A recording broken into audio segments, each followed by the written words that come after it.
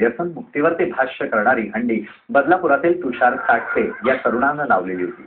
मुंबई आणि उपनगरामध्ये लाखो रुपयांच्या राजकीय पक्ष लावत असताना तुषारनं लावलेली ही संवेदनशील विषयावरची हंडी सर्वांचंच लक्ष वेधत होती. भारतात तरुणांमध्ये वाढत जाणारं व्यसनाचं प्रमाण हा विषय घेऊन तुषारनं हंडी लावलेली होती.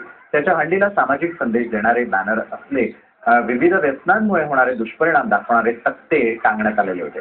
त्यामुळे तुषारची हंडी नक्कीच हटकी असून समाजाला एक संदेश देणारी आहे.